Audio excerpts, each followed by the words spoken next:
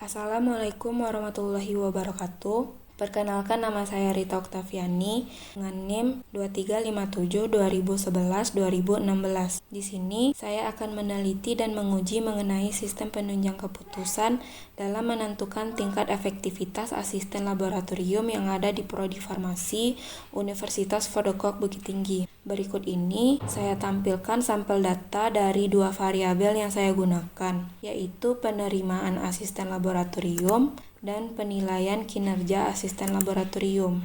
Dengan masing-masing variabel tersebut menggunakan 67 responden. Pada variabel penerimaan asisten laboratorium, saya menggunakan 5 item atau parameter dengan kriteria yang diukur ialah wawancara, ujian tertulis, ujian praktek, IPK, dan prestasi akademik. Untuk variabel penilaian kinerja asisten laboratorium, digunakan 5 item yang diukur ialah sikap, komunikasi, tanggung jawab, kerjasama, dan kepemimpinan. Selanjutnya, data yang ada pada halaman Excel ini akan dipindahkan ke dalam SPSS. Caranya dengan mengcopy semua data yang ada, kemudian paste pada halaman data view.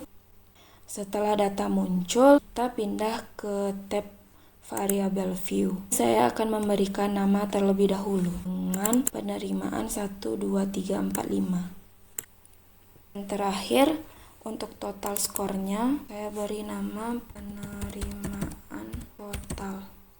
Selain itu, kita bisa mengubah tipe, width, desimal, namun kita biarkan dulu default. Yang akan kita ubah bagian measure atau pengukuran. Karena kita memakai data primer yang sifatnya menggunakan kuesioner dan jawabannya merupakan skala Likert 1-5, maka jenis measure yang kita pilih ordinal atau data bertingkat. Setelah melakukan setting, artinya persiapan data selesai. Selanjutnya melakukan uji validitas terlebih dahulu dengan cara klik menu Analyze, Correlate, Bivariate. Pindahkan semua variabel hingga penerimaan total ke bagian sebelah kanan. Pada bagian option, pastikan tidak ada yang tercentang kecuali exclude. Untuk stylenya, kita pastikan tidak ada yang terisi, serta bootstrapnya tidak ada yang kita centang.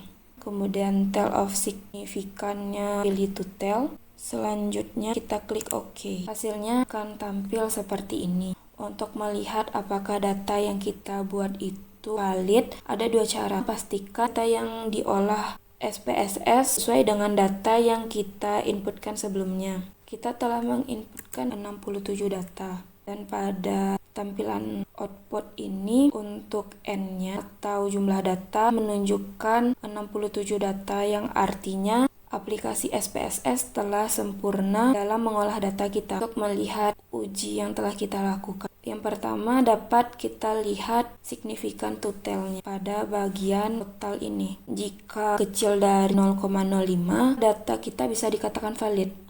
Di sini menunjukkan di bawah 0,05 dan bisa menyatakan bahwa data yang kita gunakan ini valid. Selanjutnya, dengan membandingkan hitung dengan melihat percent correlation-nya dari masing-masing variabel di bagian penerimaan total ini. Kita akan membandingkan ada R-tabel dengan tingkat signifikan 0,05 untuk jumlah sampel 67, R-tabelnya itu 0,237. Pada output menyatakan bahwa R hitung dari tiap-tiap variabel ini lebih besar, yang artinya R hitung pada setiap pertanyaan ini lebih besar daripada R-tabel dengan jumlah yang senilai. Dari analisis signifikan total dan percent correlation, semua menyatakan data yang kita gunakan ini valid. Setelah dikatakan valid, kita akan lakukan pengujian kualitas data menggunakan uji reliabilitas. Caranya klik menu Analyze, kemudian Scale, dan Reliability Analysis. Pindahkan semua variabel kecuali jumlah skor total sebelumnya. Lalu klik bagian statistik dan centang correlation dan covariannya. Untuk model masih tetap kita gunakan alpha dan klik OK. Akan muncul tampilan seperti ini. Pastikan jumlah N sesuai dengan data yang kita masukkan sebelumnya.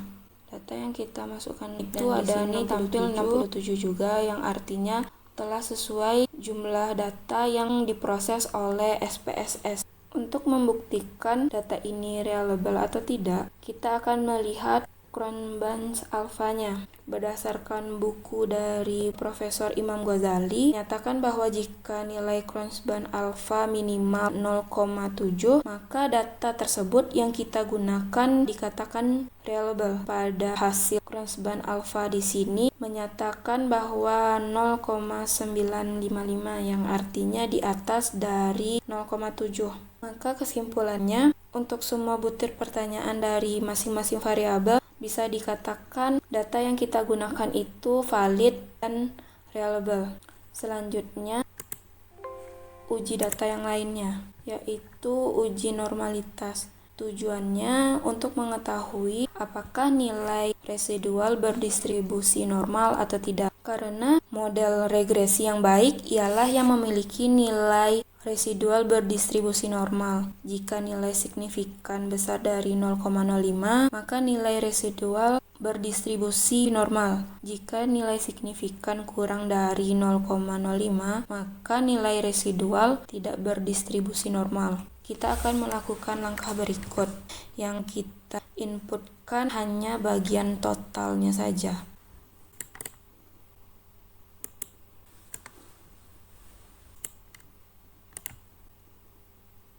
Selanjutnya, kita akan mengubah nama. Untuk tipe data masih tetap sama, yang kita ubah di bagian measure. Untuk data primer yang hasilnya dari data kuesioner, menggunakan tipe measure-nya itu ordinal atau data bertingkat. Selanjutnya, kita lakukan pengujian data normalitas di halaman data view. Di sini saya menggunakan pengujian normalitas residual. Tahapan awalnya kita harus melakukan regresi terlebih dahulu dengan klik analyze, kemudian regression, dan linear. Akan muncul tampilan seperti ini. Untuk variabel dependen atau variabel yang dipengaruhi ialah penilaian. Jadi masukkan ke kolom dependen. Sedangkan untuk variabel independen atau variabel yang mempengaruhi adalah penerimaan. Pindahkan ke bagian sebelah kanan. Untuk bagian statistik, plot, option, style, dan bootstrap kita tinggalkan dulu saja. Kita hanya menggunakan default. Yang perlu kita perhatikan ialah pada bagian save. Karena ingin melihat uji normalitas, kita akan centang bagian unstandarized residual, kemudian continue dan OK. Nanti akan muncul output, namun kita biarkan. Di sini akan tampil nilai residual pertamanya. Hasil inilah yang akan kita uji normalitasnya. Caranya klik menu analyze, non-parametric test, legal dialog, pilih one sample KS. Selanjutnya yang kita tes itu hanya unstandarized residual. Pindahkan ke kanan pada bagian option, tandai exclude, klik OK. Akan muncul tampilan jendela seperti ini. Lihat data yang diolah sama dengan jumlah input yang kita inputkan. Artinya data ini berhasil diproses secara keseluruhan. Pada bagian N atau jumlah data. Lihat pada bagian asymptotic significant to tail-nya. Jika lebih besar dari 0,05, maka data residual normal. Dan bisa kita lanjutkan ke pengujian selanjutnya. Di sini asymptotic significant to tail-nya menyatakan 0,200 dan lebih besar daripada 0,05. Artinya data yang kita uji ini berdistribusi normal. Selanjutnya kita akan melakukan uji homogenitas yang gunanya untuk mengetahui apakah varian dari beberapa populasi memiliki varian yang sama atau tidak. Di sini jika nilai signifikan itu besar dari 0,05, maka distribusi data menyatakan homogen. Jika nilai signifikan kecil dari 0,05, maka distribusi data tidak homogen.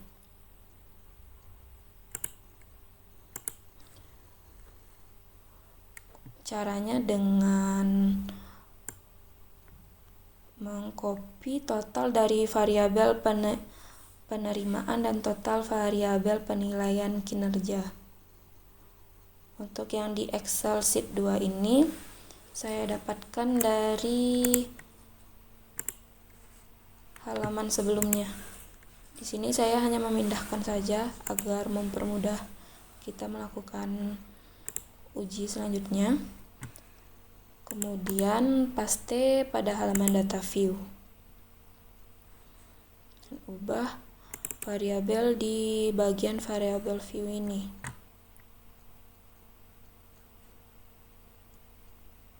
Kemudian tambahkan label dari masing-masing variabel. Di sini variabel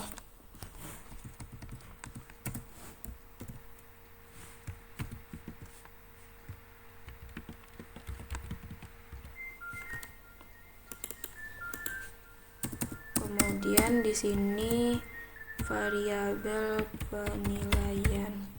Untuk label beri saja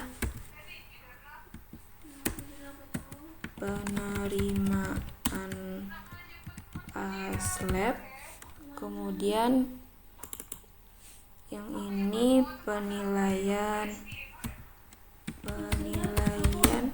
kinerja A-SLAB.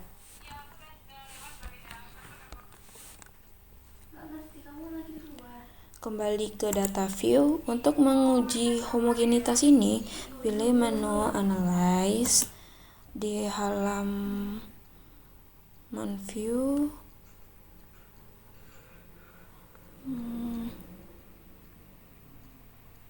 Kemudian Compare Means dan pilih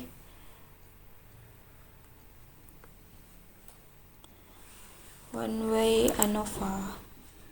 Akan muncul jendela seperti ini terlebih dahulu.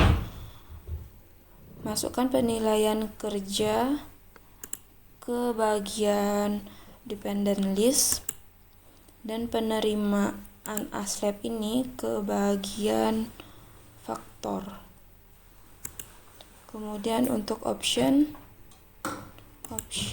centang yang homogeneity,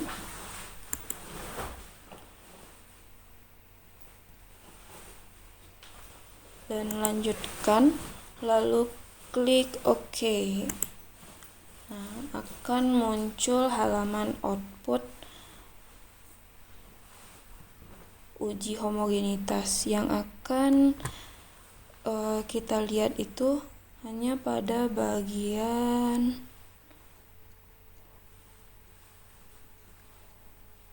signifikan yang di atas, pada baris based on mean ini.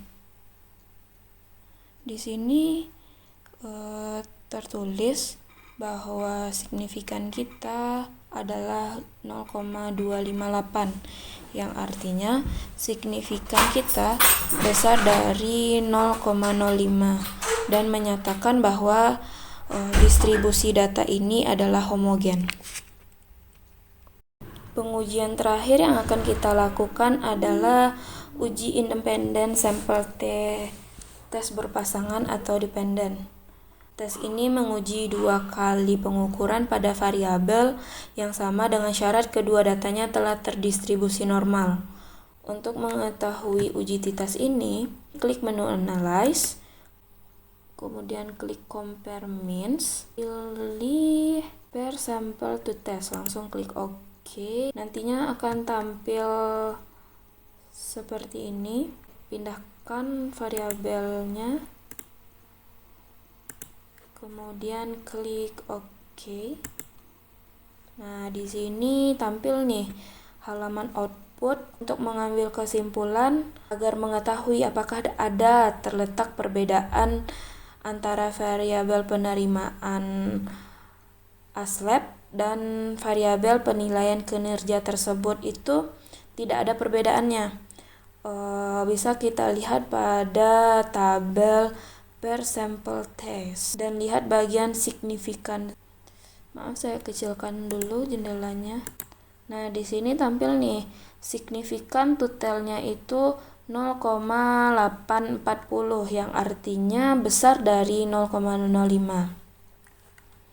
Jadi, dapat kita simpulkan bahwa sampel data yang telah saya uji ini tidak memiliki perbedaan data yang signifikan.